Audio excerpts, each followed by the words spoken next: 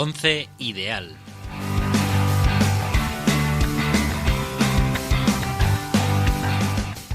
Bienvenidos, futboleros, mundialistas y curiosos. Fútbol Internacional, Team España, Radio Cuenca. Welcome back to Once Ideal. Este mundial toca su fin. Tenemos una final épica, desde el norte de los Pirineos a los Balcanes. Francia y Croacia se enfrentarán por alzarse con la Copa del Mundo y conquistar el fútbol internacional con su juego. Hoy vamos a ser sus ojos y sus oídos antes de la gran final. Con Pavel Sidorenko como observador internacional, un servidor, Juan Ignacio Cantero, como relator y, como siempre, dirigiendo las operaciones, José María Herranz. Un podcast que quiere ganar el Mundial, que quiere llevarse la Copa. El fútbol es una pasión y Rusia 2018 se desborda. Te lo contamos todo aquí, en Once Ideal. El Mundial es para todos y todos somos Rusia. Empezamos.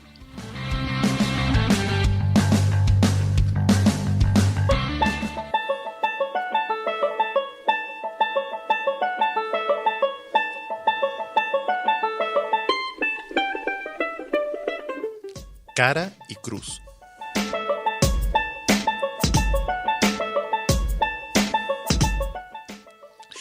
Bueno amigos, pues este ya es nuestro penúltimo Cara y Cruz. Hoy queremos pues valorar un poco cuáles son las cosas positivas y no tan positivas de estas últimas jornadas del Mundial. Así que Juan Ignacio, cuéntanos cuáles son tus caras y tus cruces. Bueno, Pavel, pues yo hoy me he centrado en futbolistas en particular, porque sé que tú vas a hablar más de partidos y algo más genérico. Yo quiero centrarme en la parte positiva, en futbolistas que no sonaban tanto, no iban a ser tan importantes a priori en el Mundial y al final han sido algunos de los mejores. Destaco a N'Golo Kanté en Francia porque me parece que iba más de tapado en ese sentido. No se esperaba un gran Mundial de él y al final está siendo el sustento de Francia en el centro del campo, y gran parte de la culpa de que Francia haya llegado tan lejos, es que Kanté haya estado en ese centro del campo. Por destacar algunos más, pues Pavard y Lucas en las bandas de Francia también, porque me parece que con su juventud se han marcado un Mundial bastante relevante, y también a Trippier, que me ha sorprendido en Inglaterra porque en ese sistema de tres defensas con dos avanzados por las bandas ha hecho un Mundial fantástico. Bueno, termina metiendo inclusive un gol. Por eso que creo que Trippier ha estado maravilloso. Y en la parte negativa yo voy a centrarme, aunque se quedó en los cuartos de final, pero voy a centrarme en Neymar, porque creo que era el que más se esperaba. En muchos de los programas en los que hemos hablado todo el mundo decía, yo creo que Balón de Oro y Bota de Oro, todo va a ser Neymar, porque este va a ser su Mundial, y creo que se ha ido desinflando, y además en actitudes, sobre todo de tirarse, de grescas con los compañeros, ha tenido muchos problemas en este Mundial al margen de lo futbolístico y no ha estado a su mejor nivel. Entonces, en lo negativo voy a destacar a Neymar. Vamos a ver qué nos dice Pavel de su cara y de su cruz. Bueno, fíjate, me quiero quedar con lo último que dijiste porque nombras a Neymar, pero al comienzo de este programa también destacábamos a Cristiano Ronaldo, a Messi, es decir, creo que los grandes nombres se quedaron por allí pues un poco diluidos y su actuación, pues bueno, junto con la de sus selecciones se fueron antes de tiempo, unos más que otros, pero bueno, no. Mi cara y mi cruz va a ser específicamente sobre un encuentro, el encuentro entre Francia y Bélgica, también porque al comienzo de Once Ideal pues hablábamos que Francia estaba llamada a ser una de las selecciones para llegar a la final, lo ha hecho, ha cumplido con eso. El otro pronóstico que teníamos casi que generalizado era Brasil, que no ha ocurrido, y Bélgica, recuerdo que en algún momento comenté que estaba llamada a ser una de las grandes revelaciones, y tú mismo, Juan Ignacio, decías, bueno, ya no es una gran revelación, tiene que ser una selección que ya dé un paso importante adelante, y bueno, creo que lo ha hecho. De hecho, lo ha hecho al punto de que en ese partido Bélgica-Francia, pues nos quedamos con ganas de ver inclusive a una Bélgica pasando. Fue un encuentro muy disputado, muy igualado, entonces me voy a quedar con la cruz con Bélgica, porque bueno, pues cayó ante una Francia muy poderosa, pero es una Bélgica que me gustó muchísimo. Y la cara, fíjate, la cruz es bastante agridulce. La cara, Francia, definitivamente. Francia no ha decepcionado, Francia ha llegado a donde todos pensábamos que iba a llegar. Así que bueno, me voy a quedar no solamente destacando, sí, efectivamente Kanté ha sido una de las piezas claves organizando ahí en el medio del campo, pero Francia realmente es muy poderosa en todos los sentidos, así que la voy a dejar como equipo, como cara. Pues estas son nuestras caras y nuestras cruces y ahora vamos a enfrentar estas caras en nuestro choque de once ideal que viene justamente ahora.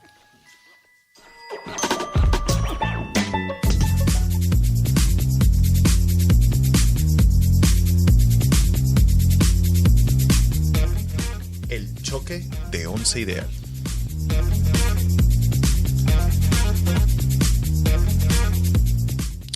Bienvenidos amigos un día más a nuestro choque de once ideal, a este espacio de tertulia en el que hoy vamos a hablar de, por supuesto, de los cuartos y las semifinales de este mundial que acaban de ocurrir y también, centrándonos un poquito en España, en nuestra selección, ha habido un cambio de entrenador tras este mundial y también queremos comentar pues, estos cambios técnicos dentro de nuestra selección.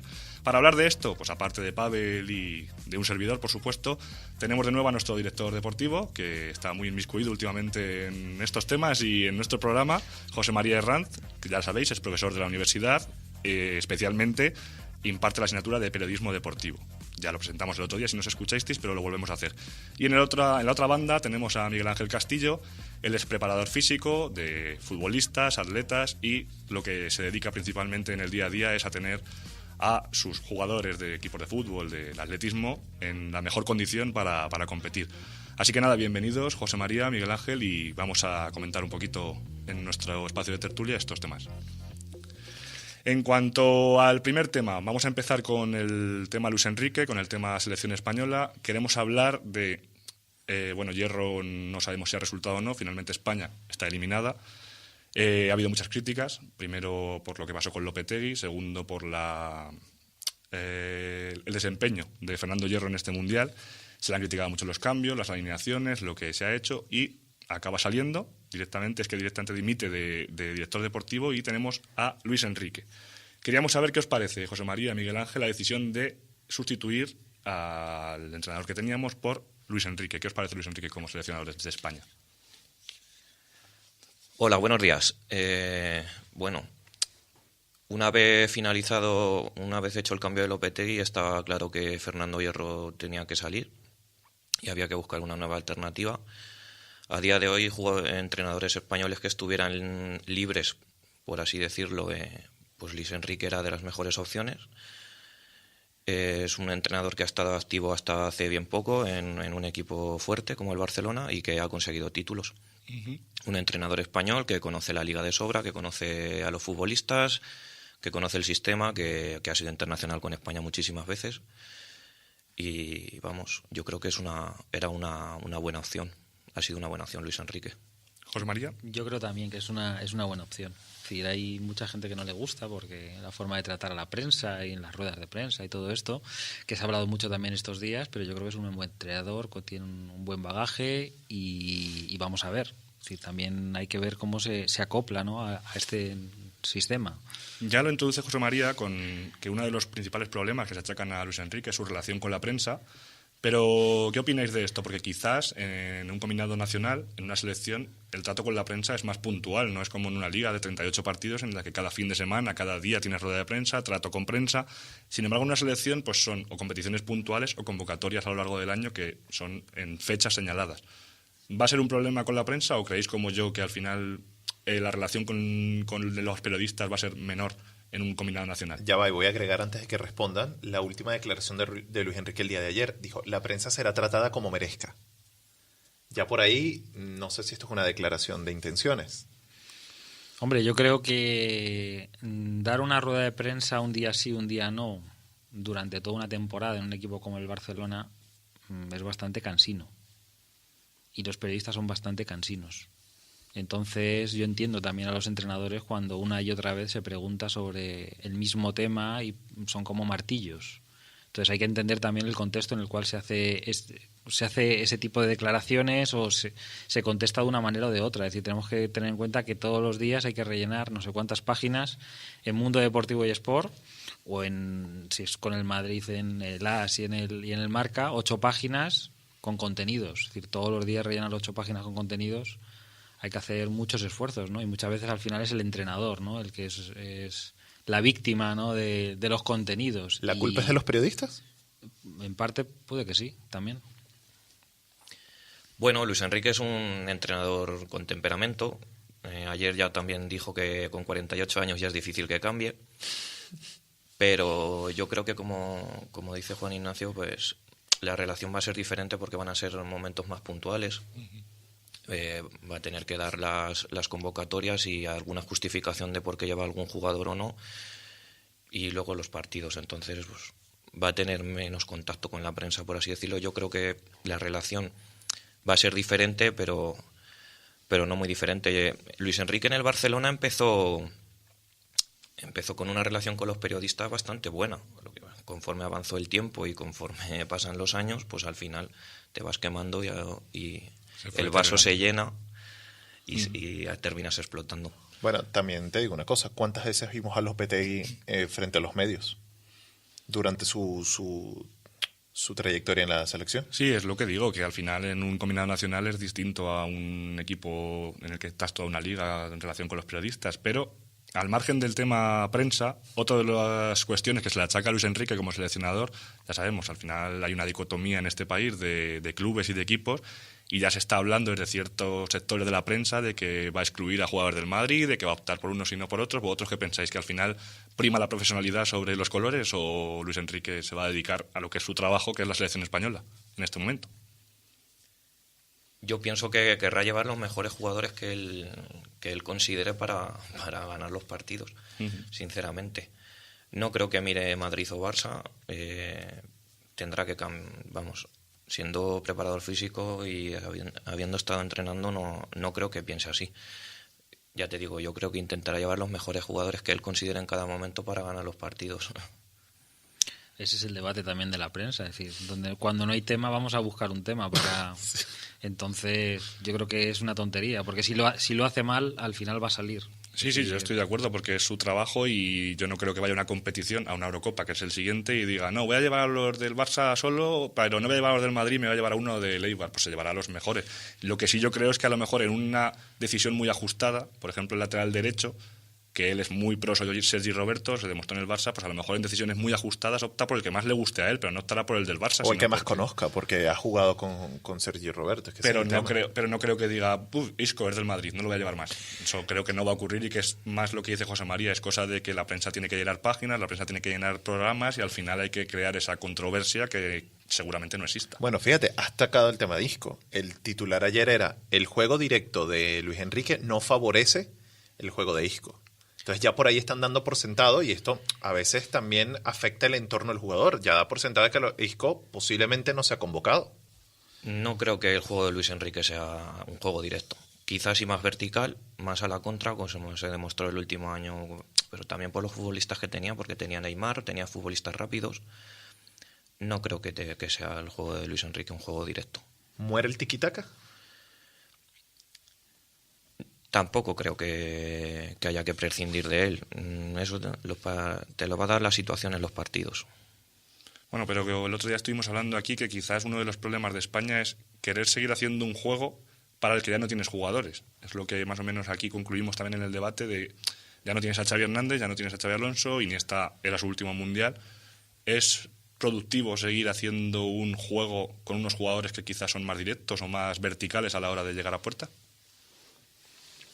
Hombre, es una cuestión de trabajar con los jugadores. Tienes que al final ajustar el sistema a los jugadores y los jugadores al sistema. Es decir, querer hacer algo con jugadores que no tienen ese sistema es bastante complicado y al revés también. La cosa está en que una selección nacional al final se nutre de los jugadores que hay en los distintos clubes. Un club sí que puede tener una filosofía. Es decir, un club dice, yo quiero formar jugadores en este sentido de juego. Pero una selección de fútbol no, porque es lo que los jugadores que a mí me han preparado los clubes, yo llevo a los que más me gustan. Entonces, esa es la dificultad que tiene España. El Barça puede apostar siempre por el tiki-taka si forma jugadores o ficha jugadores en ese sentido, pero España se nutre de lo que tiene. Entonces, yo creo que ahí hay un problema. Claro, pero fíjate, Xavi Hernández declaraba esta semana, sería un error que España sacrificara el estilo de juego que ha mantenido hasta ahorita. Y entramos en esta misma discusión. Es decir, si estamos hablando de que bueno, este estilo de juego no funciona con determinados jugadores porque los que realmente lo hacían ser desequilibrante ya no están, bueno, pues sí habrá que buscar una alternativa, pero salen estas declaraciones, por ejemplo, de Xavi Hernández, que dice, sería un grave error que España sacrificara su estilo de juego. Entonces, claro, ahí caemos como en un bucle, ¿no? Uh-huh. Bueno, yo ya lo que digo. Yo pienso que el sistema no es que esté obsoleto, como están diciendo, no es que tampoco no lo tengan súper cogido y por eso no juega bien España, sino que es un problema de jugadores. Es un problema de que quizá Coque no es Xavi, eso hay que decirlo. Busquets está muy solo en el centro del campo, no tiene ese doble pivote que le ayudaba, que al final está haciendo Coque esa labor. Isco es un jugador mucho más vertical. Entonces creo que es el problema de jugadores. Volviendo a Luis Enrique, al final el sistema lo va a elegir él, pero los jugadores no los elige él. Vamos a ver qué opina Miguel Ángel. Tendrá que adaptarse a los jugadores que tenga y el sistema tampoco creo que sea una cosa de blanco o negro, sino que, como te digo, no renunciará al tiquitaca, pero tampoco renunciará a salir a la contra, tampoco renunciará a ser más verticales. Imagino que habrá que darle una vuelta, quizá más que al sistema, a las ideas de juego. Entonces, pues lo que te comento, que tendrá que adaptarse a los jugadores. Lo cierto es que el Barça de Luis Enrique ya no jugaba igual que el Barça de Guardiola, así que alternaba lo que tú estás diciendo, ideas de partido distintas según el contexto en el que estuvieras. Se hacía fútbol de tener posesión, fútbol de toque, pero también se alternaba con fútbol más directo, fútbol también, el tipo de jugadores que tenía. Ya contó con Neymar, Messi en un lado, Luis Suárez, eran futbolistas que pueden llegar más verticalmente que a lo mejor el Barça de Guardiola, que era mucho más de toque. Pero Luis Enrique ya está adaptado a hacer ese tipo de fútbol, ya ha jugado con un Barça que hacía algo muy parecido a eso, a adaptarte a la situación de partido. Entonces creo que sí que es una buena elección haber tenido a Luis Enrique, por encima quizás de Michel o Quique Sánchez Flores. ¿Qué opinan José María o Miguel Ángel de estos otros seleccionadores que eran posibles? Eran posibilidades, es decir, tampoco sé cómo ha ido la negociación, si ha ido uno primero, los otros también, es decir, eran las opciones que había, es decir, tampoco teníamos muchas opciones y por lo tanto al final han tomado la decisión de Luis Enrique, me parece perfecto. Como he comentado antes, pues Luis Enrique pues era el mejor posicionado por sus últimas temporadas en el Barcelona. Quizá los otros entrenadores que has nombrado no han tenido tan buenas temporadas, porque Michel en el Málaga no estuvo bien, Quique Sánchez Flores fue despedido del Español, las cosas no le funcionaron bien y quizá venían un poquito más cuesta abajo. Yo creo que quizá primero hablaron con Luis Enrique y al ver su predisposición, porque él había declarado varias veces que le encantaría entrenar a la selección, yo creo que no han buscado más. Ahora, hemos hablado hace un momento sobre que, bueno, Luis Enrique tiene que contar con los jugadores que hay. ¿España tiene de dónde sacar más delanteros, aparte de Diego Costa, Aspas y Rodrigo, de cara a la Eurocopa? Te has olvidado de Morata también. Bueno, vale, voy a meter a Morata. Lo que pasa es que metamos a Morata. Es que Morata viene con una temporada muy regular, pero vale, metamos a Morata. Bueno, pero es que al final también la decisión de unos jugadores u otros en las listas es sus temporadas. Has dicho Aspas, Rodrigo. Igual Aspas, Rodrigo el año que viene no hacen una temporada buena y no aparecen más por la selección. Y entra Morata, o te aparece de repente un delantero de la cantera del Betis que se hace una temporada buenísima y acaba jugando. O sea, no podemos hablar de jugadores por la lista de este año. La lista de este año es la de este año. De aquí a 2 años, cuando sea Eurocopa, seguramente de esa lista cambien 5, 6, 7 jugadores. Es que me refiero a la parte más controvertida de la selección, la delantera. O sea, hemos visto que España, cuando jugaba con falso 9, con otro tipo de juego, pues funcionaba muy bien, pero con este empeño de tener unos delanteros muy bien definidos, no le está saliendo se le están dando los resultados. Entonces, justamente por ahí va mi pregunta. O sea, hoy se avisora otras alternativas. O sea, los pongo en el lugar de Luis Enrique. Los delanteros que has mencionado yo creo que ya son de características diferentes. Diego Costa es diferente a Yago Aspas, Yago Aspas es diferente a Rodrigo, incluso Morata es diferente a ellos, es más parecido a Diego Costa, pero yo creo que en ese abanico que has nombrado ya contamos con delanteros de diferentes tipos. Ahora mismo me has pillado un poco en blanco y no sabría decirte qué delanteros nuevos podrían entrar en esa convocatoria. Quizá Gerard Moreno, que se ha hablado mucho este año. Gerard Moreno ha tenido una gran temporada, va a estar en el Villarreal, va a jugar Europa League. Es cuestión de temporadas. Gerard Moreno esta temporada ha estado fabuloso con el Español, pero ahora se ha ido al Villarreal y quizás no encuentre sus... Por eso que hablamos de momentos puntuales. Hombre, hay jugadores que ya son históricos como Iniesta que van en la lista casi sí o sí, pero jugadores de estos puede ir variando. Aspas y Rodrigo era la primera vez que iban a una competición de estas características, sí, por la temporada que han hecho. Entonces, en la siguiente lista puede haber una variación tremenda entre... Estáis hablando de la próxima Eurocopa dentro de 2 años, pero Luis Enrique va a tener un inicio muy complicado. Va a tener la Copa de Naciones y los 2 rivales que tenemos son Inglaterra y Croacia, precisamente. Entonces va a tener un inicio complicado. Bueno, puede ser también hay un termómetro, ¿no? Para ajustar muchas piezas. No sé si va a tener suficiente tiempo para realizar un cambio grande de cara a esos partidos. No sé si va a poder hacer una gran revolución. Yo creo que no, que va a seguir una línea continuista y le dará su toque personal. Y además ahora entra el seleccionador que hubiera entrado, entra en un momento en que hay polémica y cualquier decisión va a ser mirada con lupa, es lo que yo creo, es mi opinión. Cualquier decisión va a ser mirada con lupa, cualquier cambio de hombre por hombre va a ser mirado como qué está haciendo Luis Enrique con la selección. Entonces tiene un momento difícil a la hora de hacer cambios y en una situación como la que tú dices, la Copa de Naciones, va a tener ahí mucho trabajo que hacer y mucho trabajo con la prensa. Otro de los temas polémicos que queríamos tratar es, antes de entrar Luis Enrique se habló y se vaticinaba que iba a ser Roberto Martínez, el seleccionador de Bélgica, que se estaba tocando a Roberto Martínez para la selección española. ¿Qué creéis, después del problema que hubo con Lopetegui, de que esto ocurra? ¿Es correcto? ¿Hay un problema otra vez de la prensa? ¿Es un problema de la selección o de la federación? De la federación, sí. Después del problema con Lopetegui, se lía a tocar a Roberto Martínez. ¿Qué opináis? Que estaba además en ese momento en pleno mundial. Pero ¿qué hay de cierto en esa información?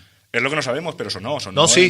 Hubo unas declaraciones de Roberto Martínez que dijo, ahorita no es el momento de yo poder dar ninguna respuesta, yo estoy comprometido con Bélgica y estamos ahorita en un punto de la competición donde yo tengo que estar concentrado con mi equipo. No se sabe hasta qué punto es cierto, eso es verdad, pero la opinión pública lo sabía, estaba al tanto de que Roberto Martínez podría haber acabado siendo seleccionador de España. Igual ni siquiera se le había tocado en ese momento, pero sí que es cierto que se ha hablado de Roberto Martínez como seleccionador. ¿Qué opináis de que esto hubiera podido ocurrir? De que un seleccionador que está en el Mundial con su selección pudiera haber sido tocado o tanteado por la Federación Española. Es que depende del nivel de diálogo, ¿no?, que hayas tenido con él. Es decir, cuando vas a acabar el Mundial, le puedes preguntar, ¿cuando vas a acabar el Mundial vas a seguir con ellos? Sí, no. ¿Pero es ético hacerlo durante el Mundial? ¿Lo mismo que ocurrió con Lopetegui y el Real Madrid? A Lopetegui le ficharon. No hablaron con él. Es distinto. Bueno, pero al final la situación... No sé, son cosas distintas. Es decir, entre una conversación de preguntar o a gente del entorno y de un fichaje son cosas bastante distintas. No se puede poner al mismo nivel. Pero viendo la diversidad de opiniones que hubo con lo de Lopetegui, de que hubo gente que yo pienso que se tenía que haber quedado en la selección, yo creo que no se puede hacer eso, la culpa es de Florentino, la culpa es de Rubiales, la culpa es de Lopetegui. Volvemos al mismo caso. ¿Creéis que ha sido interés de la prensa en repercutir o otra vez sacar este mismo tema, o que de verdad se ha hecho desde Federación y han sido un poco hipócritas en el sentido de tratar el tema? O torpes. A mí me cuesta creer que después de las actuaciones que ha tenido Rubiales, de haber cesado a Lopetegui, me cuesta creer que él intente hacer lo mismo con otro seleccionador. No lo sé si ha habido conversaciones o no ha habido, por mucho que se haya dicho en la prensa o por mucho que se haya comentado. Ya te digo que a mí me cuesta creer que incluso llegaran a negociaciones de ese tipo. Bueno, habéis dicho que Luis Enrique os parecía buena opción, pero brevemente, ¿os habría gustado Roberto Martínez? Aunque sea un sueño que haya quedado ahí en el limbo, pero ¿os habría parecido buen seleccionador Roberto Martínez para España? Sí, era otra opción, pero bueno, yo creo que Luis Enrique es buena opción. Sí, bueno, yo os pregunto desde el punto de vista de que ya habéis dicho que Luis Enrique os parece una buena opción, pero ¿veis el estilo de juego que impone Roberto Martínez y esa táctica que está haciendo en todos sus equipos de 3 defensas con 2 de avanzada, os gustaba para España? Bueno, Roberto Martínez ha tenido una trayectoria en Inglaterra. En Bélgica ha demostrado que con los jugadores que tiene ha sabido sacar el rendimiento. Y tampoco hubiera sido una mala opción para España. Creo que hubiera jugado diferente. Porque lo que hemos hablado antes, dependiendo de los jugadores que tienes, pues podrás plantear unas formas de jugar u otras. Entonces creo que, bueno, es un entrenador con experiencia que ha tenido ya al cargo una selección, que sabe la dinámica. Tampoco hubiera sido una mala opción. Vamos a saltar ya de España al Mundial en sí, al resto de selecciones. Y bueno, quería saber qué os está pareciendo el Mundial, porque se lo decimos ya durante varios programas, que es el Mundial de las sorpresas, un Mundial muy inesperado, con una final quizá de un favorito, Francia, pero de uno que no se le tenía en cuenta. Croacia. ¿Qué os ha parecido estas semifinales que vivimos ayer y este Mundial en sí, en el que han ido cayendo Alemania, Brasil, España, y hemos estado viendo a Inglaterra, que nadie hablaba de ella, a Croacia, selecciones con poco renombre para el Mundial y que han llegado a las últimas rondas? ¿Cómo estáis viendo este Mundial? Hombre, yo estoy viendo que, y lo comentábamos yo creo en el programa anterior, en este fútbol más globalizado es más difícil marcar goles y nos estamos dando cuenta que los goles vienen al final a través de estrategia, faltas, corners, con lo cual esto también te da una idea, ¿no?, de esto que estábamos comentando. Es decir, ya no solo es tener buenos jugadores, no solo tener buen entrenador, sino también trabajar a distintos niveles con distintos sistemas, ¿no? Ahí es donde está la clave. Y bueno, Francia sí, era una de las favoritas o de las que se contaba con ella, Croacia menos, pero está claro que Croacia es la resistencia, lo está demostrando en las distintas etapas, ¿no? En los octavos, en los cuartos, en las semifinales, de aguantar y al final conseguirlo, ¿no? Y Francia, pues es también el estar ahí, marcar, y estamos viendo que cada eliminatoria que pasa marca menos goles. A ver si Bueno, pero eso llega a la final y... Suele ser tónica de los mundiales, tónica general, porque excepto el 7-1 aquel de Alemania-Brasil, suele ser mundiales en semifinales de 1-0, de pocos goles en las rondas finales, porque al final vas más a conservar, que tienes más que perder que ganar. Y normalmente eso en cuartos, semifinales, son resultados muy ajustados en la historia de los mundiales. ¿Qué opina Casti de este mundial en sí? Bueno, el mundial en sí está siendo, en mi opinión, muy bonito, mucha emoción, hay partidos que tienen mucha igualdad y son emocionantes, prórrogas, tandas de penaltis. A mí en general el mundial me está gustando bastante, se están viendo cosas diferentes, se está viendo fútbol. Y en cuanto a los equipos, pues por ejemplo a mí Croacia ya me venía gustando desde la última Eurocopa, donde estuvo en el grupo de España y jugó bastante bien. Es un equipo que ha mantenido los jugadores más o menos ya contrastados, que se conocen, ha mantenido bloque y está demostrando pues ser un gran equipo, con Rakitic, con Modric, jugadores que quizá no sean menos conocidos pero que están jugando a un gran nivel. Y lo que dice José María al final son detalles, porque Croacia está en la final después de haber ganado 2 tandas de penaltis y una prórroga. Ayer la primera parte, por ejemplo, Inglaterra pudo meter 3-4 goles y la segunda parte fue totalmente diferente y al final se llevó Croacia. Tú como preparador físico, Casti, ¿crees que va a afectar a Croacia que lleve 3 eliminatorias y las 3 hayan llegado a la prórroga y algunas a penaltis? ¿Crees que en la final eso pasa factura en una competición como el Mundial? Viendo el partido de ayer, yo estaba pensando ya que le estaba pasando factura. Pero al final Croacia terminó mejor que Inglaterra. Hay jugadores que empezaron la temporada y llevan un año. Hubo un momento en la prórroga que los croatas estaban en el piso. O sea, vivían más en el piso que jugando. En la prórroga precisamente fue Inglaterra superior. A pesar de que Croacia podía haber hecho 3 cambios todavía, incluso 4. Quiero decir justo esto, resulta sorprendente 4 cambios. Que se dejó todos los cambios hasta la prórroga. Yo creo que fue porque el día anterior tuvo 2 lesiones en la prórroga y el portero no lo pudo cambiar, al final tuvo que cambiar a otro y dijo, por si acaso, vio que el resultado iba igualado, dijo, voy a esperarme a la prórroga. Pero a pesar de haber hecho los cambios, estuvo mejor Inglaterra. Creo que es el primer caso en el que, claro, este año se ha tenido un cambio, si llegas a la prórroga, es el primer caso en la historia en el que se llega con 4 cambios a la prórroga. Croacia no había hecho ninguno. Entonces tuvo toda la prórroga para variar el sistema, para variar jugadores cansados, y puede ser que fuera por lo que dices tú, ya habías tenido lesiones en partidos anteriores y no querías volver a estar en la prórroga. De hecho, la que acabó con 10 jugando en la prórroga fue Inglaterra, porque se lesionó Trippier al final y ya había hecho los 4 cambios. Y acabó Inglaterra jugando con 10 y Croacia con 11. Bueno, con esto vamos a ir cerrando la tertulia. Solo quería pediros muy brevemente un pronóstico sobre la final. ¿Quién va a ganar? ¿Quién va a ser el más destacado? ¿Y cómo veis vosotros esta final? A Castilla, a José María, sobre Francia-Croacia. José María, primero. Yo ya lo he comentado antes, es decir, va a depender mucho de cómo empieza el partido y si hay goles al principio. Y tampoco quería dejar de de hacer un comentario sobre el tercer y cuarto puesto. Yo creo que también es interesante porque son dos equipos que han llegado hasta el final, Bélgica e Inglaterra. Yo creo que va a ser Bélgica, ¿no?, la que pueda alzarse con ese tercer puesto. Me ha gustado mucho, ¿no? Y de hecho la tenía como una de las favoritas, ¿no?, si podía con Francia. Y Inglaterra, ¿no? Yo creo que va a ser también un buen partido para el sábado. ¿Casti? Pues empezando por el tercer y cuarto puesto, yo también me voy a decantar por Bélgica. De hecho ya ganó en la fase de grupos a Inglaterra. Creo que está haciendo un fútbol un poco más fluido, más vistoso.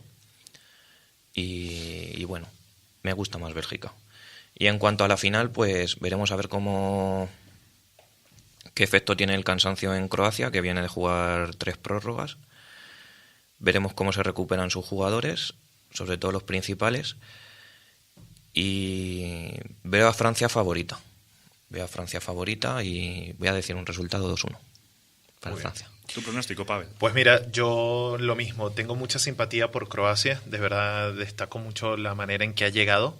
Un trabajo increíble, pero creo que Francia, con este músculo, esta velocidad que le está imprimiendo a cada partido, creo que va a ser determinante. Así que me mojo también por Francia como campeona. El resultado es un poco más arriesgado, 2-1. ¡Wow! Sí, bueno, podría ser. No sé, es que últimamente cuesta. Estos juegos cuestan mucho, pero es posible que ahí esté el... Sí, mira, me voy a copiar de Casti. Voy a ir detrás de él y voy por ese 2-1, Francia ganador. ¿Y el tercer y cuarto puesto? Y tercer y cuarto puesto creo que indudablemente Bélgica viene además un poco más descansada. Inglaterra pues acaba de jugar ayer, así que creo que Bélgica tiene elementos para coronarse con ese tercer lugar. Bueno, pues yo desde el programa 1 de Once Ideal, que era premundial, yo ya dije que ganaba Francia, así que voy a seguir con Francia, porque aposté por Francia, soy el único en este programa que ha apostado por Francia. Y está en la final. Como gane, me deis unas cañas. Mentiroso, que aquí todos dijimos que llegaba a la final. No. Sabéis que no. Nadie ha puesto por Francia. Van a tener que escuchar los programas anteriores. Entonces yo, por principios, sigo apostando por Francia, aunque me parece que Croacia es una muy buena selección y que está ante su última oportunidad, lo que he dicho, por la veteranía ya de los jugadores y porque es la mejor remesa que ha tenido Croacia en muchísimo tiempo de futbolistas. Pero bueno, ya he dicho todas las virtudes que para mí tiene Francia, un centro del campo poderosísimo, mucha velocidad en las bandas y que además la defensa es que, ya lo dije también en su día, que me parece la mejor defensa del Mundial. En cuanto al tercer y cuarto puesto, yo ahí sí que no sabré decantarme. Vosotros estáis muy seguros con Bélgica. Me parece que un tercer y cuarto puesto luego no es un partido en el que vas a jugarte mucho. O sea, que la que ese día haga mejor juego ganará. No creo que vayan con todo como vas a una semifinal, a una final. Un tercer y cuarto puesto ya lo juegas para, por así decirlo, divertirte. Pero hay orgullo de por medio. Sí, bueno, cuenta el orgullo, pero va a ser un partido yo creo que muy alegre, de goles seguramente, y es lo que yo apuesto. Si me tengo que decantar por alguien, pues seguramente lo haré por Bélgica también, porque creo que al final ha estado más potente durante todo el Mundial y que el sistema que le ha impuesto Roberto Martínez le beneficia mucho para los jugadores que tiene. Y Inglaterra, pues sin contarla para nada, como no la hemos contado en todo momento, se ha metido en una semifinal y a punto estuvo de dar el susto ayer de colarse en la final con un gol de falta. Bueno, pues con este pronóstico de nuestros tertulianos y de nosotros mismos vamos a acabar esta sección del choque de once ideal. No os vayáis porque ahora, como aquí hacemos periodismo y análisis deportivo, vamos a hablar con un periodista que ha estado cubriendo el Mundial de Rusia in situ. Así que creo que es una entrevista que os va a gustar mucho porque el periodismo deportivo también se hace dentro del Mundial.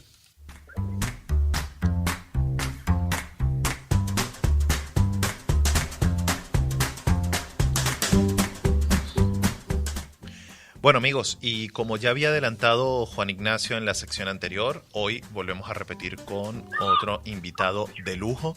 En esta oportunidad tenemos en el teléfono a José Barrero. José es periodista deportivo, corresponsal de Radio Televisión Española, a la vez es profesor de la Universidad Europea y ha estado en Rusia justamente como corresponsal cubriendo el evento. Bienvenido, José. Hola, ¿qué tal? Muy buenas. ¿Qué tal? Bueno, pues muchísimas gracias por acompañarnos en este penúltimo capítulo de Once Ideal. Y bueno, paso inmediatamente a preguntarte cómo has visto, cómo has vivido el ambiente del Mundial allí en Rusia. ¿Qué te ha parecido? ¿Cuáles son tus percepciones sobre, bueno, es el primer Mundial en Rusia? Pues el ambiente extraordinario realmente, la verdad. Allí, fíjate que en cuanto al ambiente ha sido de fiesta continua.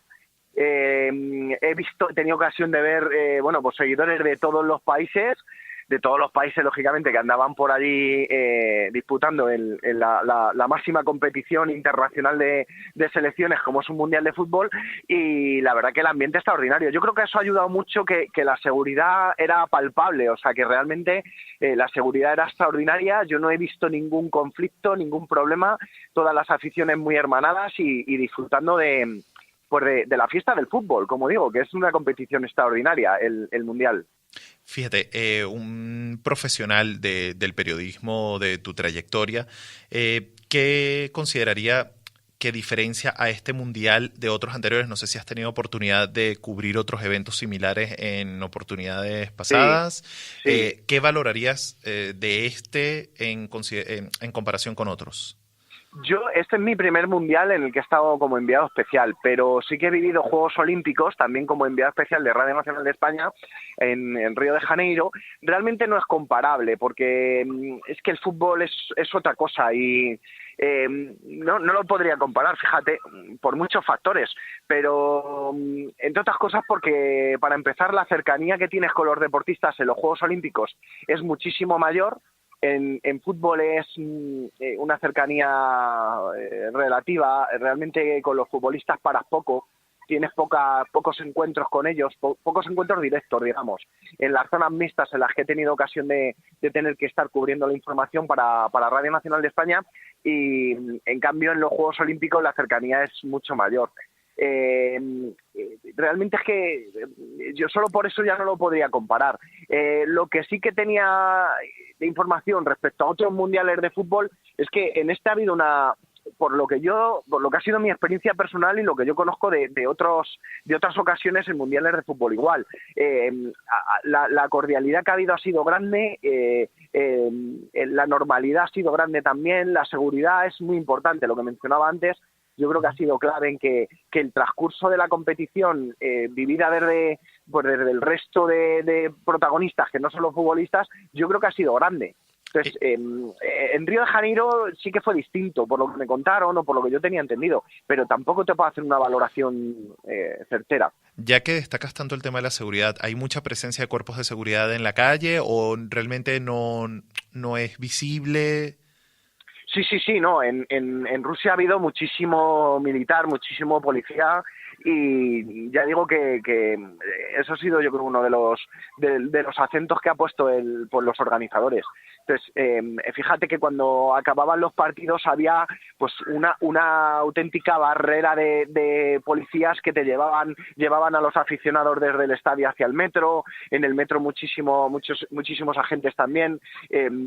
Yo creo que eso ha sido muy determinante a la hora de tener muy, muy apaciguado todo.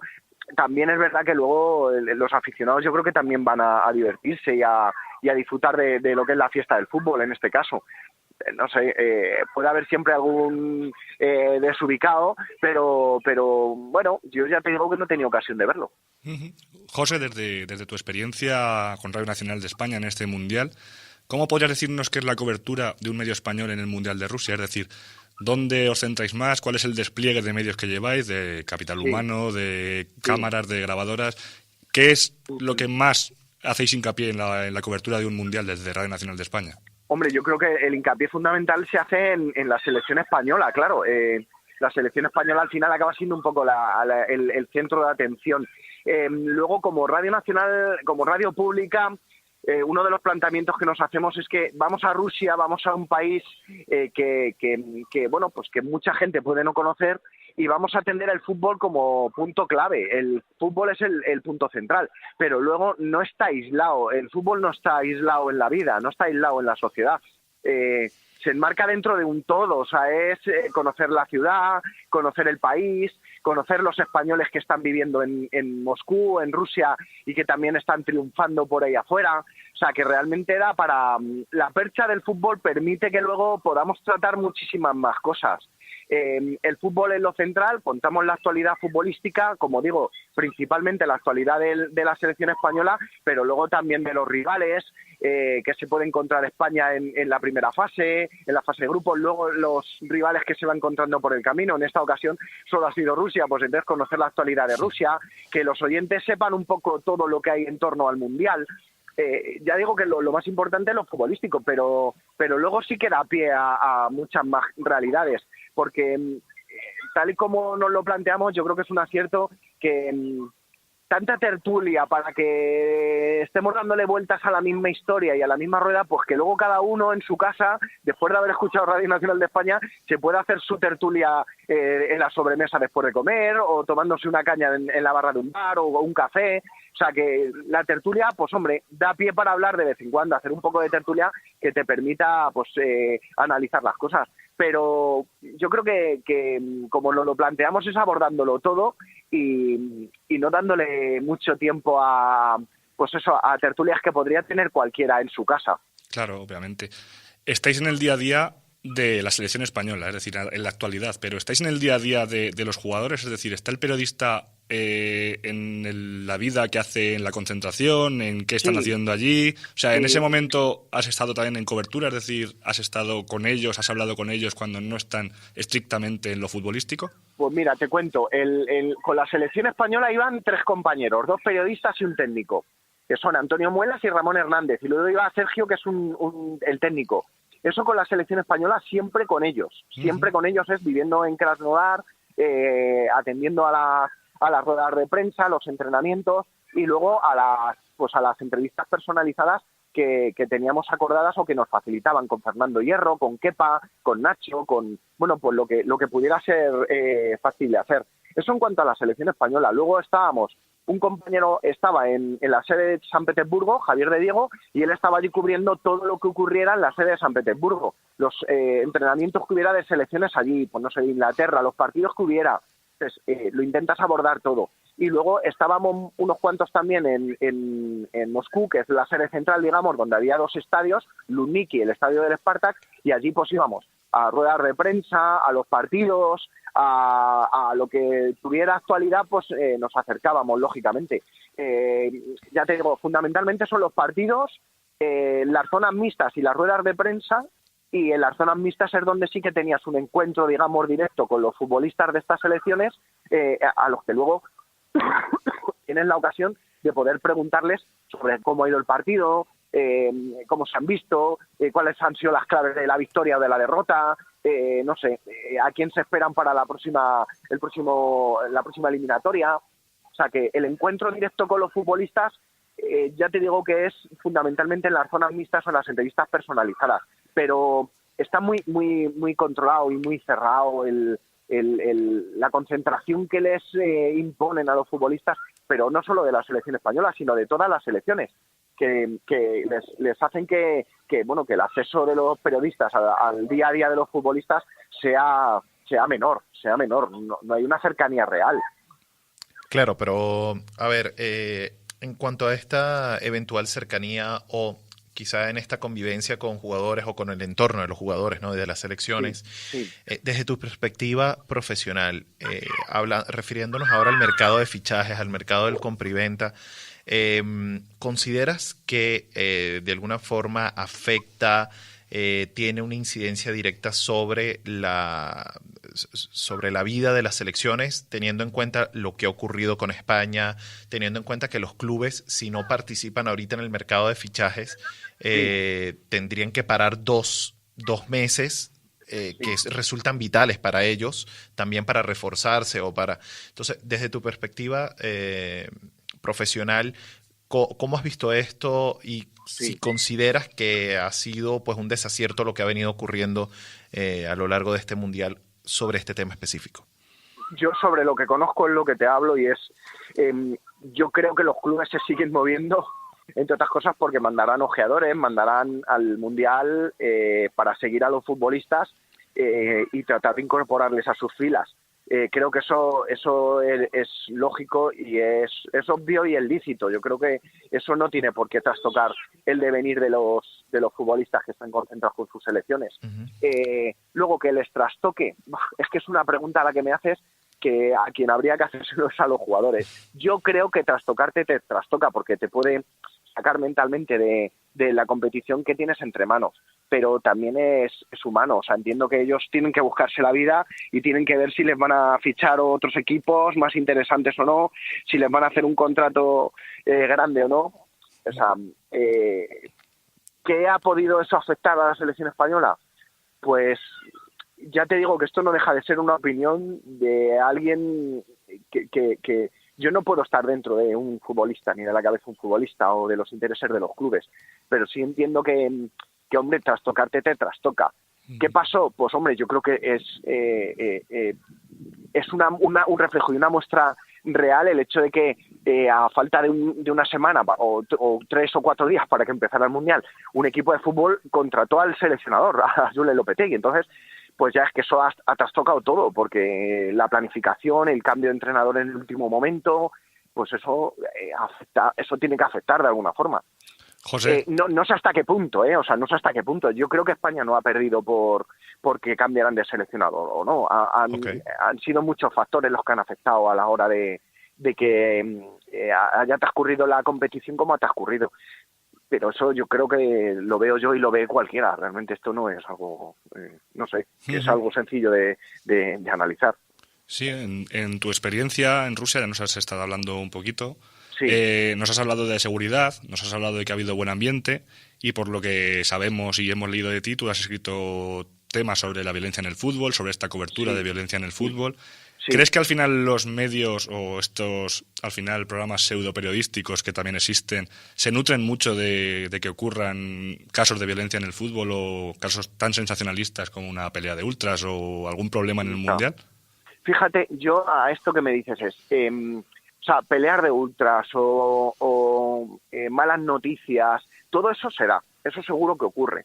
¿Qué pasa? Que puede ocurrir más o menos y luego depende de cómo tú afrontes la realidad. Eso yo creo que hay que contarlo, pero no hay que contarlo absolutizando todo ese fenómeno. O sea, pasan muchas más cosas. Entonces, no solo hay que contar malas noticias, hay que contar también las buenas. Ahora, cuando solo te centras en eso, yo no sé si... Perdona. Sí que creo que mira, para empezar hay un factor que hay que tener en cuenta y es cuando... Hay dos factores que creo yo que hay que tener en cuenta. Los medios de comunicación hay que llenar tiempo, hay que llenar páginas. Entonces, muchas veces cuando tú tienes mucho tiempo que llenar, acabas hablando de cualquier cosa. Entonces, y el problema es que acabes hablando de cualquier cosa que además no sea nada positivo hablarlo y las formas no sean las mejores. Y eso por un lado. Y luego, por otro lado, que la realidad también está viviendo la profesión es que los clubes o las selecciones o los jugadores están tan cerrados a los medios de comunicación que eso hace que en vez de hablar de lo que realmente está ocurriendo, hables de cualquier otra cosa, porque tú sigues teniendo que llenar el espacio y el tiempo de tus programas, de tus páginas de periódico. ¿Sabes? No sé si me estoy explicando. Sí. ¿Y a qué se debe? Pues, José, ¿a qué se debe que estén tan cerrados los futbolistas? ¿Es culpa del periodista que ha hecho un trabajo que no le ha gustado o es culpa del hermetismo? Te agradezco mucho la pregunta. Yo creo que eso es algo que tenemos que mirar todos los que estamos metidos en este entorno, en esta realidad, la realidad del fútbol. O sea, yo creo que es algo que tienen que analizar los futbolistas, los clubes, los periodistas, y yo creo que la profesión de periodistas, nuestra profesión, hay cosas que no estamos haciendo correctamente. ¿Qué pasa? Que también, pues eso yo creo que quien tiene que saberlo es el aficionado, entre otras cosas porque el periodismo es muy importante en la sociedad. O sea, el periodismo es fundamental porque somos quienes estamos trasladándole lo que ocurre y lo que pasa en el ambiente, en la realidad, que además a ellos les importa y les interesa. Aparte de que somos claves a la hora de destapar, por ejemplo, corrupciones que no son correctas, o sea, que son delictivas. Entonces, los periodistas, pues yo creo que debemos ser lo más honestos posibles. no lo más honestos posible, mejor dicho, debemos ser 100% honestos. O sea, no se puede ser honesto a medias. Entonces, hay que ser honesto 100% y llegar hasta donde se tenga que llegar. Y además, los medios no pueden justificar los fines tampoco. Entonces, es un análisis complicado. Esto respondértelo en 3 minutos es muy difícil, Sí. pero yo es algo a lo que invito a la profesión, a los periodistas, a los estudiantes, a que esto lo repensemos de alguna manera, porque luego te encuentras con que la respuesta que se da desde dentro del fútbol muchas veces no es la adecuada. O sea, y muchas veces no tenemos lo que nos merecemos. Entonces, si uno es honesto, pues creo que por lo menos ya de tu cuenta no va a ser que el futbolista o los clubes o los entrenadores no respondan como deben a las necesidades o a los derechos de los públicos a conocer lo que pasa en la realidad futbolística. Ahora, José, en atención justamente a esta respuesta, a ti te pilló justamente en Rusia unas declaraciones de la selección española donde le exigían a la prensa española que los apoyaran más. Sí. Y daba a entender, evidentemente, que había un desencuentro entre la opinión de los medios con la situación y el entorno de la propia selección. Sí. ¿Cómo toman ustedes estas declaraciones? ¿Cómo lo tomo yo? Yo creo que ahí Thiago, que es a quien te está refiriendo el jugador de la selección española y del Bayern, bueno, él está en su derecho de pedir lo que considere. O sea, lo que sí es verdad que es la falta de entendimiento de lo que es la profesión de periodista. La profesión de periodista es desde mi punto de vista, es la del profesional que está informándose para luego informar. Para luego formar y luego para por distraer y más o entretener a los públicos y más con un contenido como es el del espectáculo del fútbol. Entonces, creo que es que mucho de eso hay futbolistas que no lo tienen claro. Se piensan que al final el periodista forma parte de la selección, pero solo para lo bueno, porque luego para lo que no les interesa el periodista no entra en mi casa, ¿sabes? Claro. Entonces, ahí hizo una mención Thiago y es, si vierais los entrenamientos, comprobaríais que nos dejamos la piel en los entrenamientos. Y yo la reflexión que me hacía a continuación es, porque tú sabes que nos dejan ver 15 minutos, pero es que en 15 minutos tú no ves el esfuerzo de un futbolista en un entrenamiento. Entonces, si tú me estás diciendo que me crea lo que tú me estás contando, yo, mira, tengo buena fe y me voy a creer lo que tú me dices. Pero, ¿por qué no hacéis que lo veamos el entrenamiento entero? Sí. O sea, si tú quieres que yo pueda decir que los jugadores están dejando la piel en los entrenamientos, déjame verlo. No sé si me explico. Sí. Y luego, claro, si tú estás pidiendo apoyo, es que por un lado te estás confundiendo porque yo no tengo que tener una camiseta puesta. Yo soy un mero transmisor. Es que, ¿ves? Otra cosa que habría que analizar y debatir es si yo como periodista tengo que ponerme la camiseta o no tengo que ponerme la camiseta de un club o de una selección. Pero al final un poco te la pones porque no deja de ser tu país, ¿sabes? Y todos somos humanos, ¿no? En este caso, pues hombre, de alguna manera vamos un poco con España. Yo quería que ganara España, entiéndeme. O sea, y en ese sentido me lo puedo medio permitir, entiéndeme. Pero también hasta cierto punto, Sí. Yo creo que es algo que hay que también replantearse y valorar. También es verdad que, hombre, nuestra audiencia son seguidores españoles de la selección española, pues hombre, de alguna manera hasta aquí puede estar hasta... Pero bueno, yo estoy abierto a debatirlo, A lo mejor no ni siquiera con la selección española un periodista español se debería poner. Lo debatimos y lo analizamos y estoy abierto, Pero ahora con los clubes no lo puedo entender, Con los clubes yo no lo puedo entender. No, eso está claro. El periodismo de camiseta está claro que no es comprensible porque tú eres un transmisor y tienes que ser lo más objetivo posible en ese sentido. Correcto. Y luego la otra es que el único objetivo que tengo yo como periodista es poder informar al público de lo que está ocurriendo y ya está. No quiero ni que gane uno ni que gane otro. O sea, pero José, también por cerrar el tema y cerrar un poquito la entrevista con lo que vienes diciendo, Thiago dices que está en su derecho de decir eso. Tú también estás en tu derecho de decir tu punto de vista, pero al final yo creo, es mi opinión esto, creo que el vilipendio se lo acaba llevando el periodista en la opinión pública. Al final siempre el periodista es el malo, es el que no lo está haciendo bien y hay una protección mayor hacia el futbolista. Y coincido contigo. Yo también soy periodista y coincido en que al final el periodista está haciendo su trabajo. Correcto. Pero esto a lo mejor aquí no hay que hacérselo ver al aficionado, Es que incluso el valor que tiene la profesión de periodista la hemos perdido de cara a los aficionados. Entonces, yo creo que es algo que hay que hacer, por eso hay que planteárselo y debatirlo y no sería malo el volver a repensar la profesión de periodista, ¿eh? Habría que volver a repensarlo y transmitírselo así a los oyentes, a los espectadores, a los lectores, a los aficionados. O sea, es que es importante la labor que hacemos.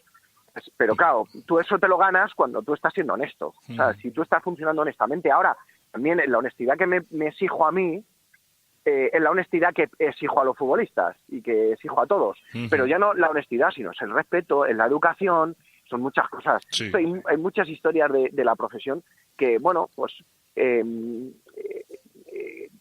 hasta cierto punto pueden importar o no, pero yo estoy cada vez más abierto a que contemos lo que realmente pasa. O sea, yo, por ejemplo, escribo un WhatsApp para pedir una entrevista a un futbolista de primera división que no fue al Mundial de Fútbol y lo que quería con él era hablar de fútbol y ni siquiera tuve la respuesta de mira, no. ¿Sabes? Entonces, eso yo lo llamo educación, entiéndeme. O sea, si yo te estoy escribiendo un WhatsApp que además tú me has dado el teléfono, porque me lo has dado tú, hombre, lo mínimo es que me digan, mira, no quiero hablar. Y ya está, que me des una respuesta, pero no que pases de mí. ¿Sabes? Eso yo lo llamo educación. Entonces, pero bueno, también fíjate hasta qué punto llega uno y es pensar que a lo mejor tenía algún problema, aunque le escribí varias veces, a lo mejor tenía algún problema o no me podía atender o tenía alguna dificultad o cualquier cosa. Entonces, hasta eso acabo medio justificándolo, ¿sabes?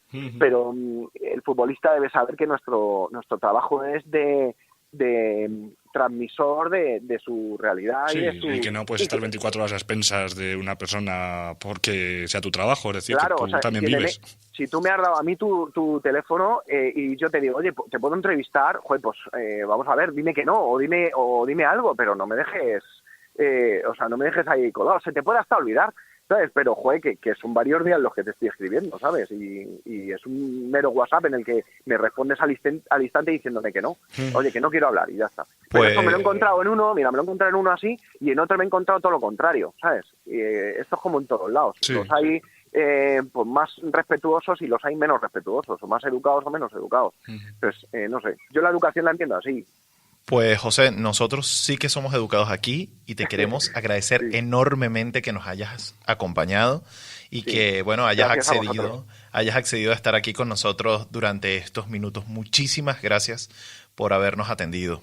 Que sirva, gracias a vosotros y mira, a mí me ayuda porque me sirve también para pues replantearme cada vez más el trabajo que hago y luego creo que estos son buenos temas para seguir. Este es el periodismo que a mí me gusta, no el pseudoperiodismo del que tú hablabas antes. O sea, este es el que a mí me gusta, en el que intentamos hacer las cosas bien, en el que intentamos plantearnos las cosas, en el que analizamos nuestro trabajo y vemos lo que hacemos bien y lo que hacemos mal. Y lo que hacemos mal, pues intentar cambiarlo. O sea que... Sí, no sé. y al final este debate sobre nuestra profesión es el que hace falta y es lo que estamos trabajando en ello también. Así que claro, y hacérselo llegar a los receptores. Esto es una maravilla, por eso os agradezco mucho. Te lo agradecemos nosotros a ti, José, así que encantados de haberte tenido aquí muy bien, y que vaya todo muy bien. Muchas gracias. Un abrazo. Un abrazo.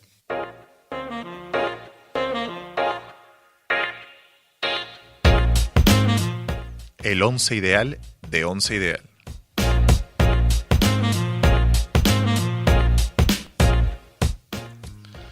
Bueno amigos, pues un día más os traemos este 11 ideal de 11 ideal, hoy con una particularidad, como siempre, cada día es distinto, cada día es novedoso.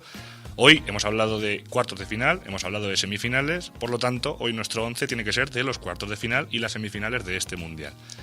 Traemos una novedad, hoy no vamos a decir los suplentes en directo en este programa, pero sí los vais a poder ver en nuestras redes sociales cuando subamos nuestras fotos de nuestro 11. Hoy en el programa solo diremos los 11 titulares de nuestro equipo, el de cuartos de final y semifinales. Empezamos por el portero, Pavel. ¿Cuál es nuestro portero? Bueno, pues fíjate, de los últimos partidos creo que por unanimidad todos estamos de acuerdo en que debe ser Lloris. Lloris ha demostrado ser decisivo y bueno, merece estar en este 11 ideal como titular. En la tónica de este Mundial, además, un portero que no se contaba mucho con él, igual que con ciertas selecciones, y al final está siendo el mejor y salvando puntos, bueno, no puntos, sino partidos para su selección. En el partido contra Bélgica, bueno, fue justamente Lloris el gran salvador, así que bueno, eso lo hace merecedor de estar en este 11 ideal.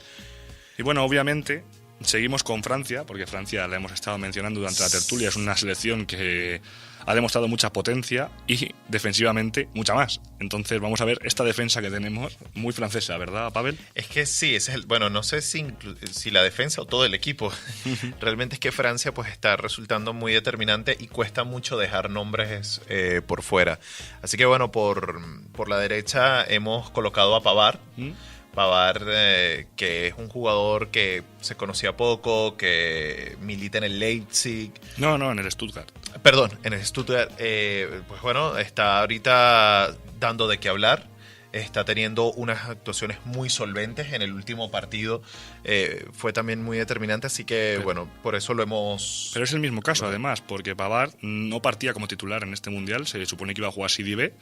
Cuando Deschamps opta por él, hay crítica y bueno, al final... Sorpresa, claro. Por este joven que no es tan conocido, y Pavard va a acabar el Mundial con un contrato en el Bayern de Múnich, aunque va a seguir un año más en el Stuttgart, pero ya ha sido contratado por el equipo top, por el mejor equipo de la Bundesliga. Evidentemente.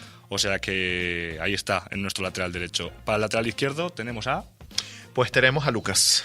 Inevitablemente volvemos a Francia y bueno, Lucas es nuestro gran candidato. Volvemos al tema de que Francia tiene una defensa muy poderosa. Ya Juan Ignacio ha sido reiterativo en esto en varios episodios. Y bueno, era imposible no tomarlo en consideración. Y para los centrales, ¿a quiénes tenemos, Juan Ignacio? Bueno, antes de los centrales yo quiero decir de Lucas, una mención especial de que otro que no partía ni siquiera como favorito para la lista de Francia, acaba entrando como titular en la lista de Francia después de la temporada que ha hecho en el Atlético de Madrid. Y no solo eso, sino que es uno de los mejores de la selección durante la fase de grupos y durante el resto de eliminatoria. O sea que mención especial para Lucas Hernández. Y centrales, que ya ha introducido Pavel, tenemos un francés, un Tití, porque un Tití y Varane están muy igualados, pero un Tití es el que mete el gol, el otro día el que da el pase a la final, claro. Y al final optamos por él. Y hemos metido a Kompany, por no tener todo Francia, por no tener todo a Croacia en este 11, porque ha sido muy sorprendente. Y Kompany, el tema es que ha sido irregular, pero los dos últimos partidos fue decisivo para Bélgica.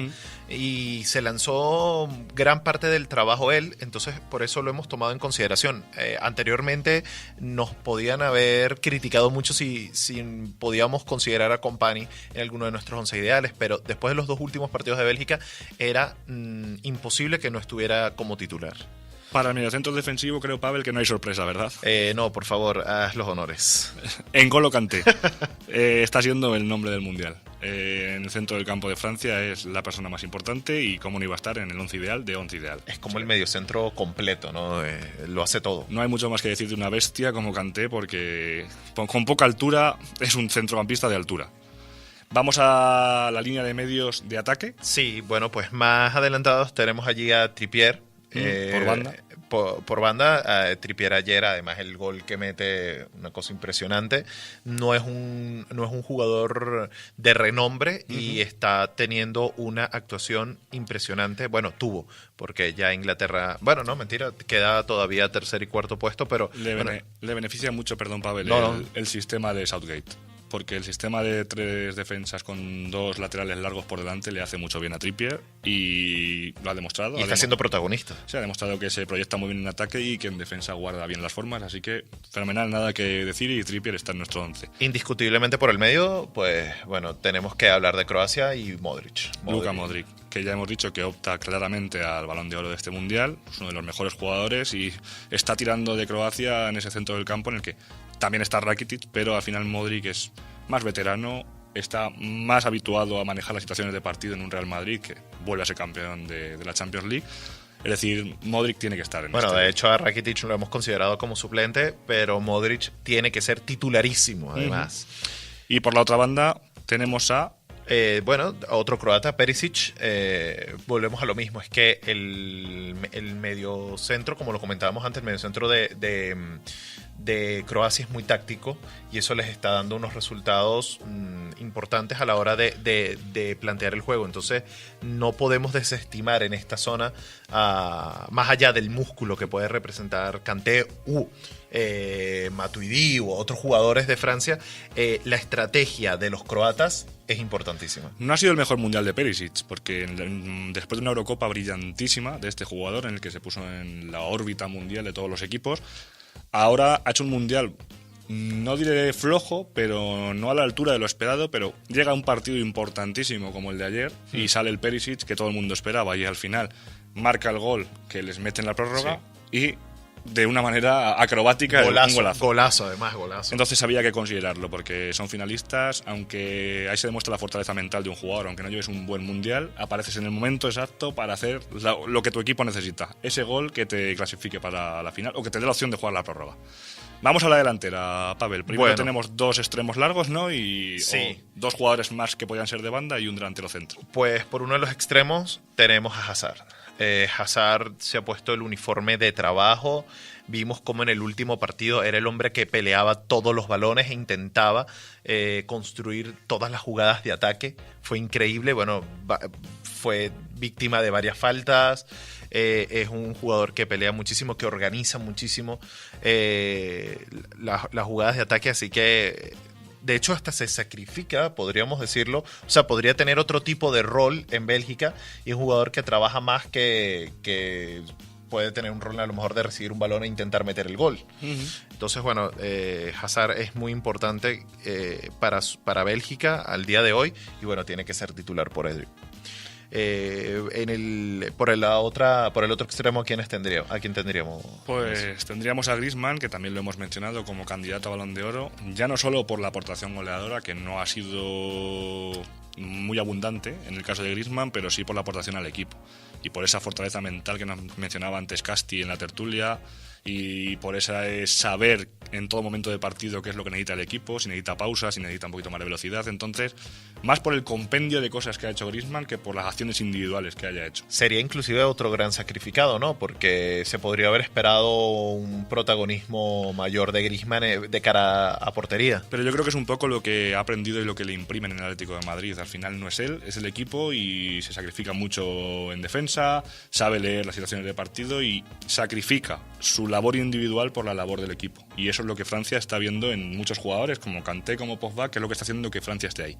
Y por eso es titular en lugar de Mbappé, que lo hemos puesto en los suplentes. Que ya lo hemos mencionado en la tertulia, que quizás es más destellos, más calidad pura en ciertos momentos de partido. Una velocidad increíble. Y una velocidad increíble. Menos velocidad, pero más gol tiene nuestro delantero centro. Bueno, el casi herido de ayer, Mandzukic, vimos cómo tuvo ese encontronazo, ese peligrosísimo encontronazo con el portero de Inglaterra. Mandzukic, bueno, es el delantero fijo de la selección croata.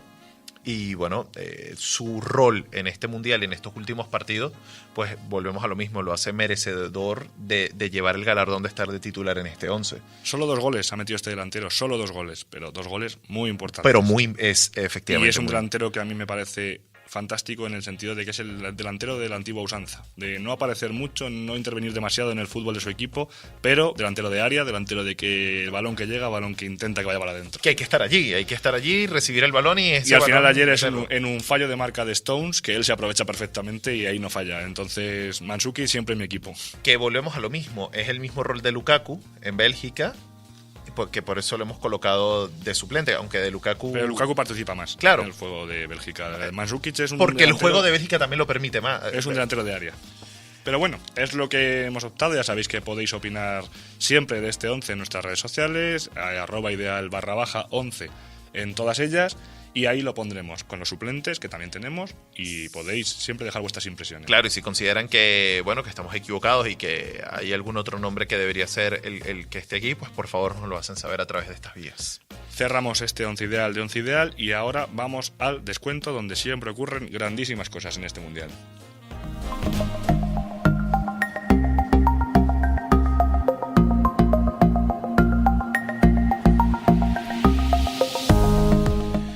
Bueno amigos, últimos minutos de este partido, de este episodio. Un gusto que estén con nosotros hasta este momento, escuchándonos. Y bueno, vamos a dar nuestras acostumbradas recomendaciones, las penúltimas recomendaciones de esta primera temporada de Once Ideal. Juan Ignacio, ¿qué nos recomiendas el día de hoy? Pues yo, como viene siendo habitual en estos programas, llevo 2 recomendaciones. La primera, tecnológica completamente, es una maravilla lo que he visto, no sé si lo habéis visto los demás. La entrevista que el medio Le Hymne de Bélgica le hace a Hazard, al jugador, a Eden Hazard de Bélgica, con un holograma. No lo he visto. Pues no lo he visto. Os lo recomiendo porque es el futuro. Eden Hazard está todavía vestido de la selección belga, está sentado en una silla y va todavía con las medias puestas, ha quitado solo las botas. Y está en el plató de televisión siendo entrevistado por los periodistas cara a cara, pero es un holograma. Pero la transmisión es en vivo desde Rusia, desde los vestuarios. Con transmisión en vivo. Os lo recomiendo, si lo podéis ver, que lo veáis, porque me pareció fantástico, lo estuve viendo y dije cómo avanza la tecnología y cómo avanzan las nuevas narrativas en el periodismo deportivo también, que me pareció algo digno de ver y de elogiar. Un medio además que no tenía muy controlado, Le Hymne, en Bélgica. Y por otro lado tengo también la aportación del profesor Miguel Ángel Jimeno de la Universidad de Navarra en una página que se llama Medium, en el que ha hecho una selección de las 88 mejores portadas mundiales de este Mundial de Fútbol. Hay de periódicos españoles, de periódicos portugueses, ingleses, italianos, y son las portadas más llamativas, con una narrativa más eficaz o con más creatividad a la hora de llegar al público, y me parece que es una buena opción para hacer un repaso de una competición como el Mundial a través de las portadas internacionales. Así que esas son mis 2 recomendaciones. ¿Qué nos traes tú, Pavel, a la hora del descuento? Bueno, pues yo voy a volver al tema del primer episodio. Hoy me voy a ir también, voy a ser muy tecnológico igual que tú. Tengo 2 recomendaciones sobre realidad virtual y contenidos inmersivos. El primero es la aplicación que desarrolló la BBC para poder consumir inmersivamente el Mundial y contenidos periodísticos en este formato. La limitante, bueno, que la aplicación no puede ser disfrutada fuera de Inglaterra, pero las personas que tengan dispositivos Android saben que pueden bajar la APK, el archivo APK, a través de vías alternativas, y pueden instalar esta aplicación y la disfrutan a través de visores que sean compatibles con el sistema Daydream, y van a sentir como si estuvieran directamente allí en el estadio. Y la otra alternativa es que en este mismo sistema, en esta interfaz de realidad virtual Daydream, que es la de Google, la aplicación YouTube VR, tiene una cantidad de contenidos sobre el Mundial de Rusia 2018 que les invito a que busquen, a que vean, porque es disfrutar el Mundial desde una perspectiva completamente diferente, inclusive algunos mejores que otros, que nos permiten transportarnos y sentirnos como si estuviéramos allí. Así que bueno, esas son mis 2 recomendaciones en esta oportunidad. Pues nada, este es el tiempo de descuento de Once Ideal, en el que llegan goles, en el que llegan grandes jugadas, y estas son las que nosotros os hemos podido y querido traer. Recuerden que estas recomendaciones las estamos publicando en nuestra cuenta en Twitter, así que si no captaron alguno de los nombres o no tienen una idea bien definida de cómo acceder a ellas, allí van a tener los enlaces y van a tener todas las coordenadas para que puedan disfrutar de todas estas cosas que les recomendamos.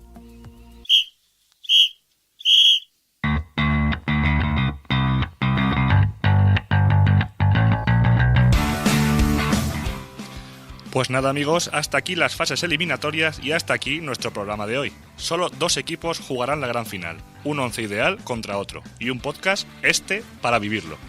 Esperamos formar parte de vuestro equipo como vosotros lo hacéis del nuestro, y no os perdáis nuestro último programa, tras la gran final, donde analizaremos hasta la altura del césped. Todos somos Rusia 2018, todos formamos parte de este Once Ideal. Y ya sabéis, 2 es compañía, 3 es multitud, 11 es ideal. Hasta pronto.